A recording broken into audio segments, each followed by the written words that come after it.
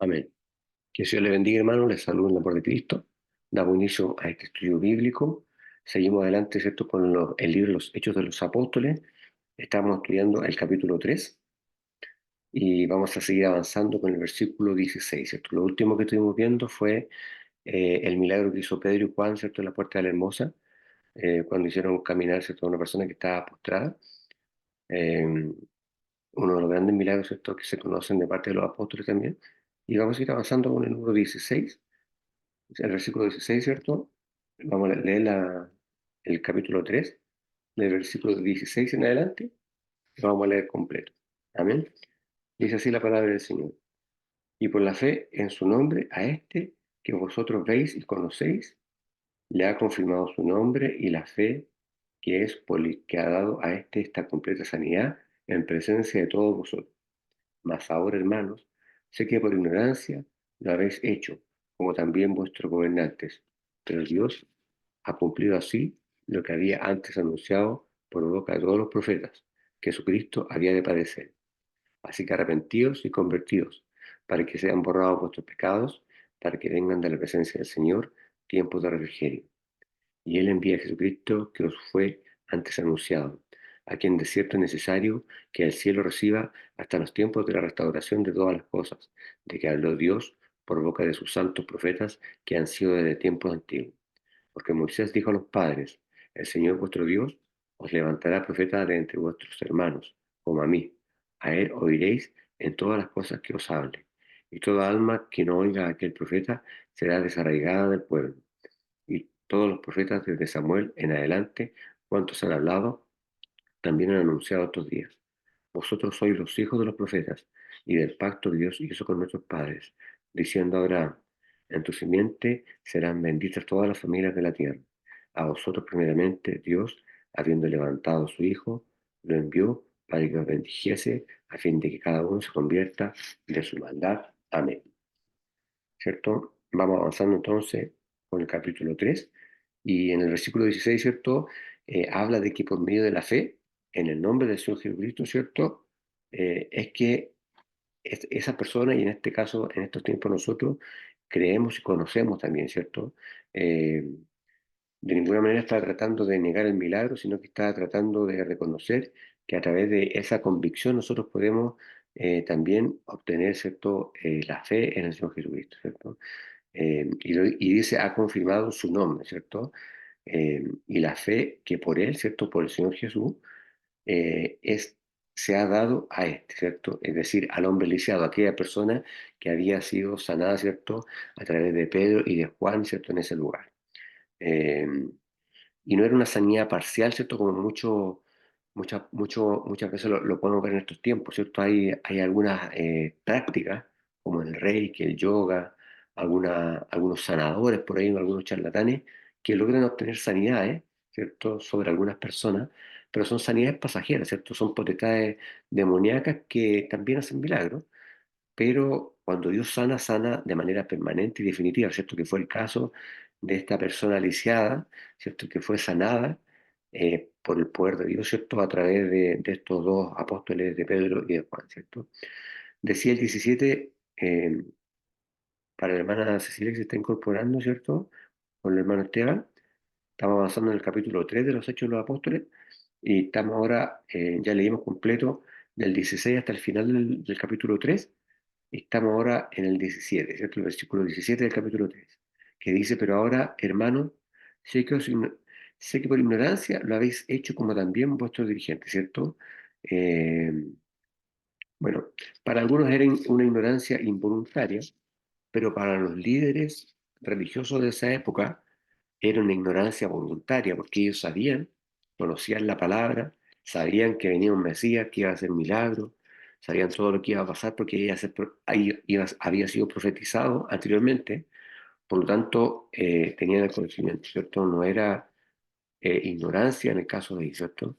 Y el 18 decía, pero Dios ha cumplido, ¿cierto? En el fondo, lo que está explicando Pedro a través de estas palabras es que la muerte de Jesús, como todas las cosas que están bajo el sol, ¿cierto?, están predestinadas, ¿cierto? Por la, ese poder que tiene Dios, ¿cierto?, de conocer el futuro también, ¿verdad? Eh, pero no estaban predestinadas en el sentido de a quién o contra quién se cometería ese hecho, ¿verdad? Así dice después lo que había antes anunciado por boca de los profetas, ¿cierto? Eh, que su Hijo Cristo había de padecer, ¿cierto? Es decir, la totalidad de la Biblia habla, ¿cierto? O anticipa a los creyentes la venida de Cristo, ¿cierto? El flagelo que iba a sufrir Jesucristo en la cruz y que su muerte iba a permitir limpiar los pecados de la humanidad. Y después le dice, ¿cierto? Esta frase que es muy potente para una predicación también, en el 19 le dice, así que arrepentíos y convertidos, ¿cierto?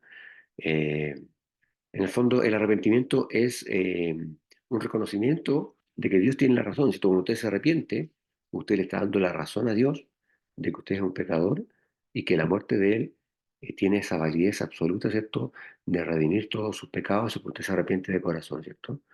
Y por supuesto que uno reconoce además que al arrepentirse de que está equivocado, ¿cierto? De que toda esa vida que vivió antes de conocer a Cristo fue una vida de equivocación, ¿cierto? Tratamos muchas veces de tener la razón, vivimos sin Dios, sin ley, pero finalmente cuando encontramos a Cristo, cuando, mejor dicho, cuando el Señor sale a nuestro encuentro, nos damos cuenta que estábamos completamente equivocados, ¿cierto? Ahora, después dice más adelante, para que sean borrados vuestros pecados, ¿cierto? En el fondo está hablando de la justificación por la fe, ¿cierto? Usted acepta a Cristo, se arrepiente, mejor dicho, acepta a Cristo, cree en el sacrificio perfecto de Cristo en la cruz y sus pecados, ¿cierto?, son justificados, ¿cierto? Su vida pecaminosa, vivida antes de aceptar a Cristo, es justificada, ¿cierto? Y después le dice, para que ven, venga cierto tiempo de refrigerio de la presencia del Señor, ¿cierto? Eh, Después dice, y enviará a Jesucristo, ¿cierto? Ahí nos está hablando de la segunda venida, que también, ¿cierto?, hace referencia de esto en el libro de Apocalipsis, capítulo 19. eh, y le dice después, ¿cierto?, este Jesucristo que fue antes anunciado, ¿cierto? ¿Por qué? Porque los profetas lo anunciaron, ¿cierto? También, de alguna manera, eh, el ministerio público de Cristo hacia Israel durante el tiempo que él estuvo, ¿cierto?, predicando en la tierra también, anunció todo lo que se iba a venir, ¿cierto? Cómo él iba a morir, cómo iba a resucitar, ¿cierto? Anticipó todas esas cosas. Eh, Después les decía más adelante, ¿cierto? Aquí en desierto es necesario que el cielo reciba hasta los tiempos de la restauración de todas las cosas, ¿cierto? Eh, y esto se refiere eh, a que Jesús va a permanecer en el cielo, ¿cierto? Hay algunas personas que distorsionan la teología y, y hablan de que Jesús está en la tierra y nosotros sabemos que Cristo está a la derecha del Padre en esta hora y Él dejó al Espíritu Santo, ¿cierto? Que es nuestro gran consolador, el que ocupa ese lugar, el que nos acompaña, el que nos protege, el que nos guarda, el que nos fortalece, ¿cierto?, ante la adversidad, etcétera. Eh, y él permanece en el cielo, ¿cierto?, hasta la dispensación de la gracia, ¿verdad? Eh, Cuando se hayan cumplido los tiempos de parte de Dios y Él descienda nuevamente en gloria, ¿cierto? Ahí él va a volver nuevamente a la tierra.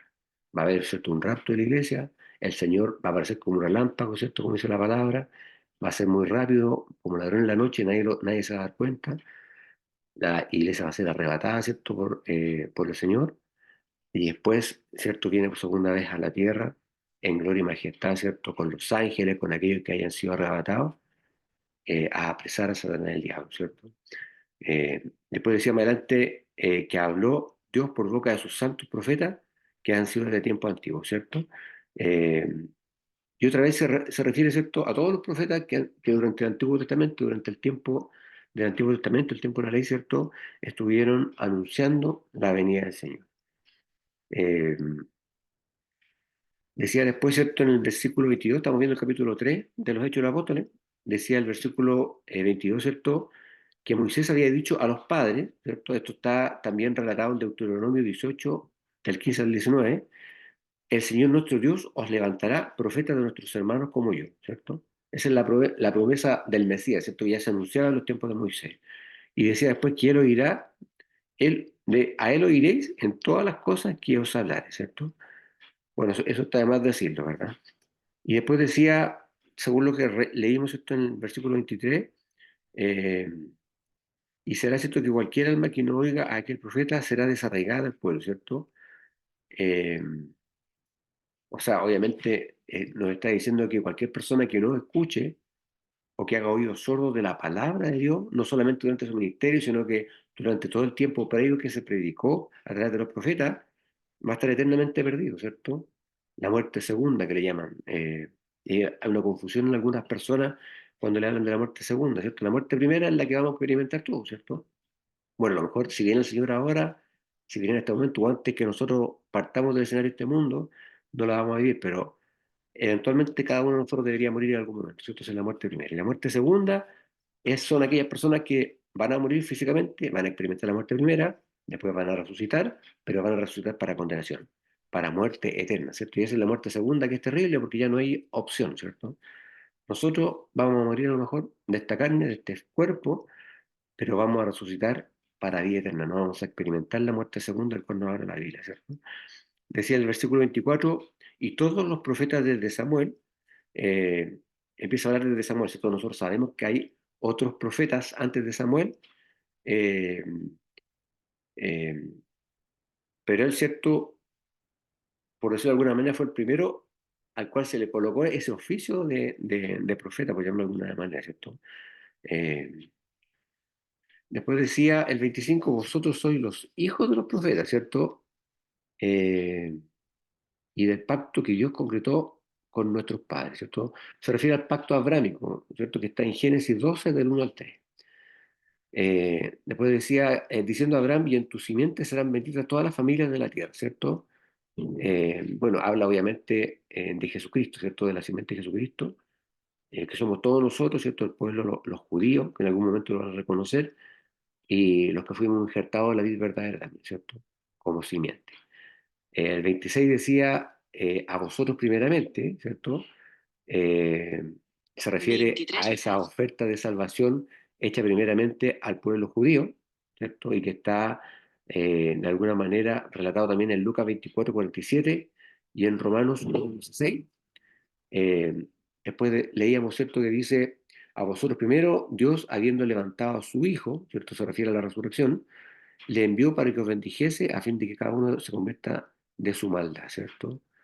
Eh, ¿Por qué? Porque solamente Jesús podía hacer esto, ¿cierto? A través de su muerte expiatoria en la cruz, él podía redimir la maldad de cada uno de nosotros. Y esto está muy poéticamente explicado también, de otra manera, pero en la misma idea, en Efesios 2, del 13 al 18. ¿Amén? Sigamos avanzando entonces, vamos al capítulo 4 de los Hechos de los Apóstoles. Lo vamos a leer primero completo de la Reina Valera, para que tengamos una visión general del capítulo. Capítulo 4 lo vamos a leer hasta el versículo 12. Eh, Hasta el versículo 12, entonces vamos a leer el capítulo 4 de los Hechos de los Apóstoles.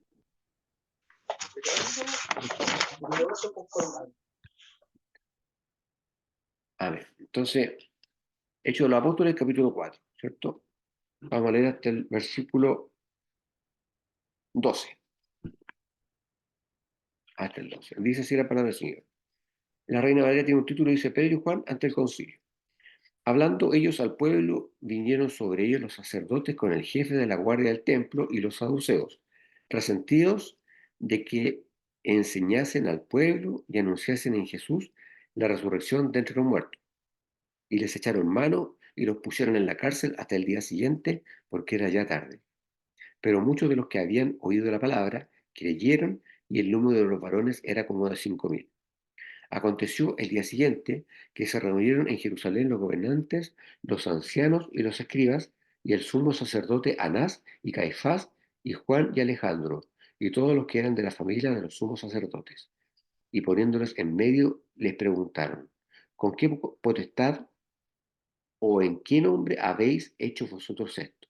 Entonces Pedro, lleno del Espíritu Santo, les dijo, gobernantes del pueblo y ancianos de Israel, puesto que hoy se nos interroga acerca del beneficio hecho a un hombre enfermo, de qué manera este haya sido sanado, sea notorio a todos vosotros y a todo el pueblo de Israel, que en el nombre de Jesucristo de Nazaret, a quien vosotros crucificasteis y a quien Dios resucitó de los muertos, por él este nombre está en vuestra presencia sano.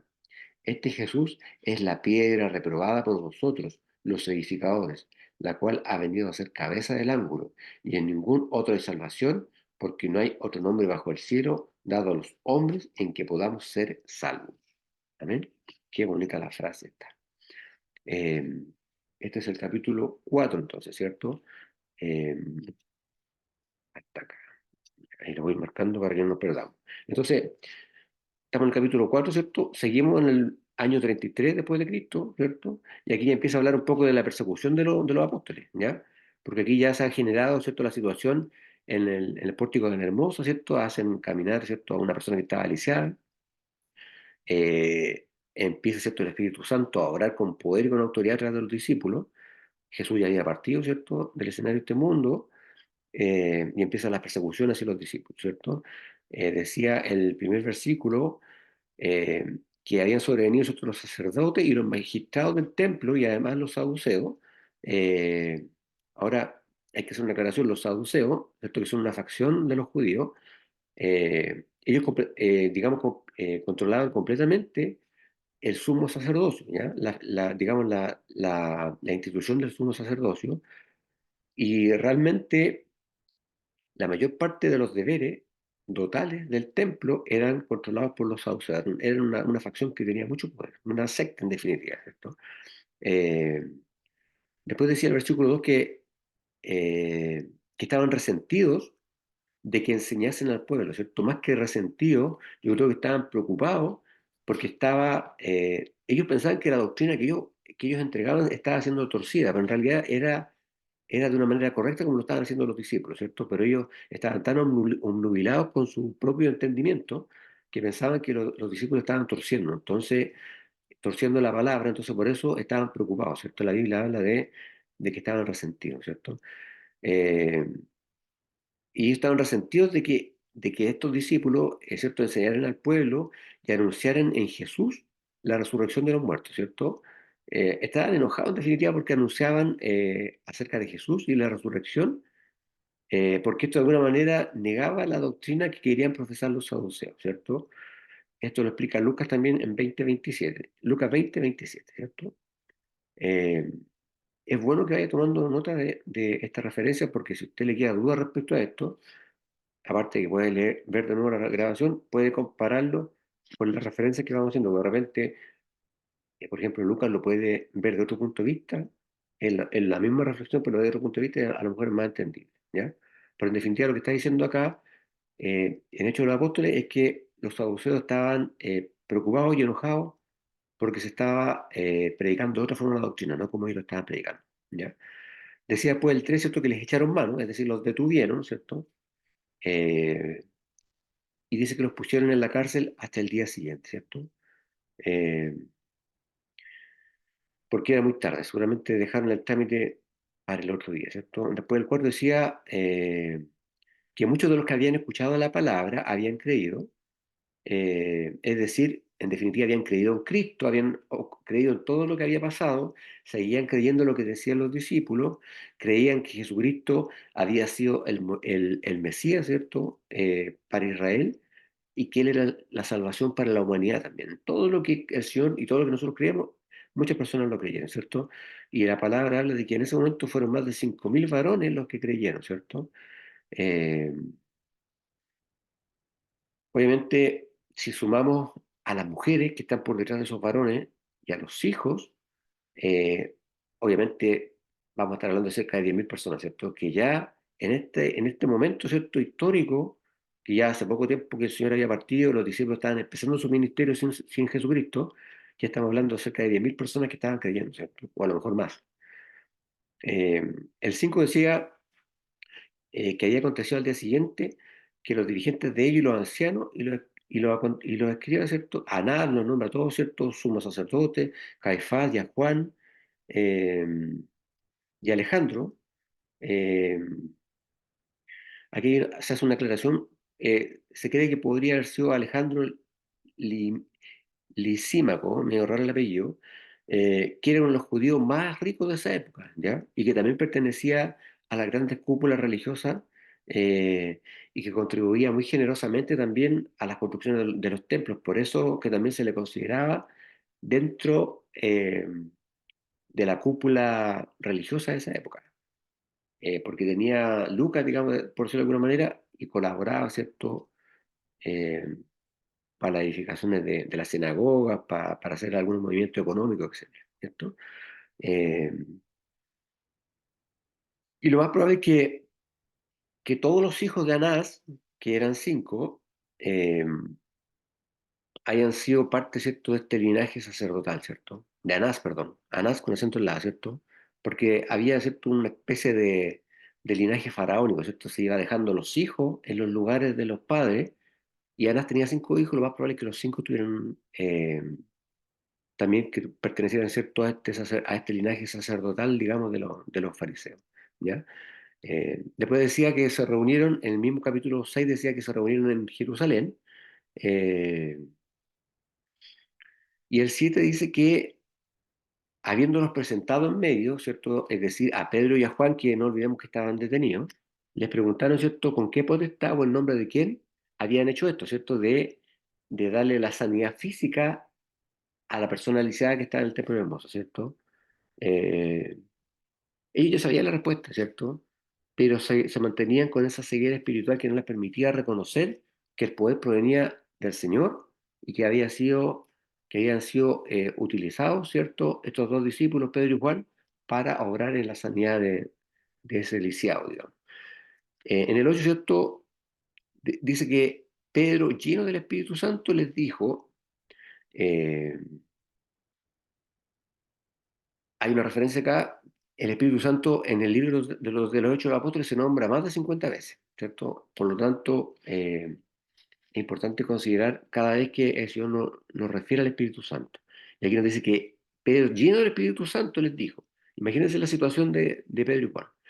Estaban detenidos, estaban siendo acusados, ¿cierto?, de ir en contra de la doctrina dominante de esa época y necesariamente tenían que estar llenos del Espíritu Santo, al igual que usted o yo, cuando hablamos, ¿cierto?, a una persona con necesidad, cuando el Señor nos honra, ¿cierto?, para predicar, incluso para coordinar, incluso para entregar un tratado, tenemos que buscar esa llenura de parte del Espíritu Santo que solo se logra con intimidad con el Señor. Usted puede ser muy religioso, puede ir a la iglesia todos los domingos, puede leer su Biblia, puede participar en tu estudio, pero si usted no tiene una intimidad con el Señor, eso lo digo con mucho respeto, no le va a servir de nada. Tiene que buscar la intimidad con el Señor. Eso es lo que le da esa llenura de parte del Espíritu Santo. Conocer la Biblia nos permite conocer al Señor para hacer su voluntad, para agradarle, pero tiene que buscar esa intimidad, tiene que orar, si usted tiene la posibilidad física, si no tiene un impedimento médico, debe ayunar también, debe vaciarse, ¿cierto? Ponerse en una condición de desamparo físico, por decirlo de alguna manera, para que usted dependa en sus fuerzas del Señor. Por eso uno ayuna, ¿cierto? No para estar más flaco, ni para dársela de muy espiritual, no. Usted ayuna para doblegar su carne y para que usted busque la fuerza en el Señor y busca esa llenura del Espíritu Santo y el Espíritu Santo lo va a usar con mucha gracia. Para todas esas cosas que yo le digo, para predicar, para coordinar, para entregar un tratado, para hablarle a alguien sobre la palabra, ¿cierto? Dice entonces, decíamos el 8, ¿cierto? Entonces Pedro, lleno del Espíritu Santo, ¿cierto? Les dijo, dirigentes del pueblo y ancianos de Israel, ¿cierto? Eh, Después dice, les dice, ¿cierto? Dice acá la Biblia que les dijo que hoy se nos interroga acerca del beneficio hecho a un hombre enfermo, ¿cierto? Eh, por quien éste haya sido sanado, ¿ya? Sea notorio a todos vosotros y a todos el pueblo de Israel. eh, Otra vez, ¿cierto? Nos está mostrando que Pedro no tenía pelo en la lengua, ¿cierto? Le está hablando a todo el pueblo de Israel, eh, que, que en el nombre de Jesucristo de Nazaret, a quien vosotros crucificasteis, ¿cierto? Le vuelve a enrostrar, le vuelve a hacer el hincapié de que ellos habían sido los que intencionadamente y de manera directa habían crucificado, ¿cierto?, al dador de la vida. Y después le dice, ¿cierto?, a quien Dios resucitó entre los muertos, ¿cierto? Esto seguramente los saduceos, los fariseos no lo querían oír porque hasta ese momento no lo creían. Eh, por él, este hombre está en vuestra presencia sano, ¿cierto? Por él, por Jesucristo, ¿cierto? Por el poder que le había otorgado a estos dos discípulos. Eh, Después decía el número 11, ¿cierto? que estos discípulos les dicen que este, ¿cierto? Jesucristo, es la piedra reprobada de vosotros los edificadores, ¿cierto? Los pseudo edificadores de la iglesia de Cristo, ¿cierto? Eh, y nosotros sabemos que Jesucristo es la piedra, ¿cierto? Eso lo relata muy bien el Salmo 118, el 22 y el 23. A mí usted lo lee muy bonito, es muy poético ese salmo. La cual, ¿cierto?, es puesta por cabeza del ángulo, ¿cierto? Eh, Ahora, Israel rechazó a Jesucristo, ¿cierto? Eh, pero eso no paralizó los planes de Dios de ninguna manera, ¿cierto? Porque de todas maneras los planes de Dios se cumplieron, sabiendo el Señor, ¿cierto?, teniendo esa capacidad de conocer el futuro, de que su pueblo lo iba a rechazar, ¿cierto? A Jesucristo. Pero aún así se cumplió el plan de Dios. Y después dice esa frase tan hermosa, ¿cierto?, en el versículo 12: y en ninguno otro hay salvación. Eso declara, ¿cierto?, es una declaración muy clara de que solamente en Jesucristo, o mejor dicho, que solamente la persona de Jesucristo tiene la llave, ¿cierto?, para la salvación. O mejor dicho, Jesucristo es la salvación, ¿cierto? Jesucristo es la llave, Jesucristo es la puerta, Jesucristo es el camino, etcétera, etcétera, etcétera. Usted lo puede ilustrar como quiera, pero no hay ningún otro camino, ¿cierto? No hay ningún otro nombre, dice después, otro nombre debajo del cielo, dado a los hombres en quien podamos ser salvos, ¿cierto? Con eso lo dice todo, o sea, no importa en lo cual usted crea, ¿cierto? Si cree en Mahoma, en Buda, en Yoda, no sé en qué puede creer, pero aquí somos todos cristianos, todos creemos en Cristo, pero si hay algún inconverso, ¿cierto?, al cual usted le pueda predicar, usted le tiene que decir eso. Esta frase es decidora, porque no hay otro nombre debajo del cielo o debajo del sol, ¿cierto?, dice la Biblia, dado a los hombres en quien podamos ser salvos, ¿cierto? En nadie más podemos tener salvación. No hay otro medio para llegar a Dios que a través de Jesucristo. Amén. Seguimos adelante con el versículo 13, ¿cierto? A ver hasta dónde alcanzamos a llegar. Vamos a tratar de llegar hasta el 24, el 13, hasta el 22 vamos a leer. A ver si alcanzamos con el tiempo. ¿Cierto? Del 13 hasta el 22. Dice así la palabra 4, Hechos de los Apóstoles 4:13. Entonces, viendo el denuedo de Pedro y de Juan, y sabiendo que eran hombres sin letra y del vulgo, se maravillaban y le reconocían que habían estado con Jesús. Y viendo al hombre que había sido sanado, que estaba en pie con ellos, no podía decir nada en contra. Entonces les ordenaron que salieran del concilio y conferenciaban entre sí, diciendo: ¿qué haremos con estos hombres? Porque de cierto señal manifiesta ha sido hecha por ellos, notoria a todos los que moran en Jerusalén, y no lo podemos negar. Sin embargo, para que no se divulgue más entre el pueblo, amenacémosle para que no hablen de aquí en adelante a hombre alguno en este nombre. Y llamándolos les intimaron que en ninguna manera hablasen ni se enseñasen en el nombre de Jesús. Mas Pedro y Juan respondieron diciéndoles: juzgad si es justo delante de Dios obedecer a vosotros antes que a Dios, porque no podemos dejar de decir lo que hemos visto y oído. Ellos entonces les amenazaron y les soltaron, no hallando ningún modo de castigarles, por causa del pueblo, porque todos glorificaban a Dios por lo que habían hecho, ya que el hombre en quien se habían hecho este milagro de sanidad tenía más de 40 años. No sé qué le pasa a usted, pero a mí me da una emoción grande cuando leo estas porciones bíblicas, imagínense, porque no podemos dejar de decir lo que hemos hecho, visto y oído. Cada uno de nosotros estamos en esa misma condición, hermano, de decir y contarle al mundo todo lo que Dios ha hecho en nuestras vidas. Eh, Seguimos avanzando, ¿cierto? El 3 entonces, aquí ya al final lo tuvieron que liberar porque no tenían cargo, ¿cierto?, para imputarle a estos discípulos. ¿Cierto? El 13 decía, ¿cierto? Viendo el denuedo de Pedro y Juan, ¿cierto? Dice la Reina Valera. eh, si usted se va al hebreo, ¿cierto? Nos habla de la osadía, el valor en definitiva que tuvieron Pedro y Juan. Muchos cristianos en una situación como esta, yo creo que se callan la boca para no sufrir cierto escarnio o maltrato físico, ¿cierto? O moral, pero ellos, ¿cierto?, fueron muy valientes, fueron muy osados. eh, Entonces observando la osadía de Pedro y Juan, sabiendo que eran hombres sin letra y del vulgo, se maravillaban, ¿cierto? Porque eran personas sin estudios, ¿cierto? Pescadores, etcétera, y hablaban cosas maravillosas, ¿cierto? Llenos del Espíritu Santo. Eh, Ellos no habían estudiado, ¿cierto? En la escuela rabínica, no tenían conocimiento profundo, ¿cierto? A través respecto de la ley. Eh, Eran personas sin letra, personas ignorantes, y no estamos siendo peyorativos porque la Biblia lo dice, sino más bien eran todo lo opuesto, ¿cierto? Y por eso, ¿cierto? Le reconocían que sí habían estado con Jesús, porque la única forma de explicar todo lo que ellos habían hablado, todo lo que sabían, ¿cierto? Todo lo que habían hecho, usado por el Espíritu Santo, era entender que Jesucristo había estado con ellos y le había dado ese poder y esa autoridad, ¿cierto? Eh, el 14 decía, ¿cierto?, que viendo al hombre que había sido sanado, que estaba con ellos, eh, no podían decir nada en su contra, porque además, ¿cierto?, de todo lo que decían, de todo lo que hacían, tenían la prueba in situ del poder que Dios había obrado a través de ellos, ¿cierto? Porque estaban con el cojo al lado, que estaba caminando, ¿cierto?, con sus piernas derechitas, ¿cierto? Estaba la prueba misma del poder de Dios en ese momento.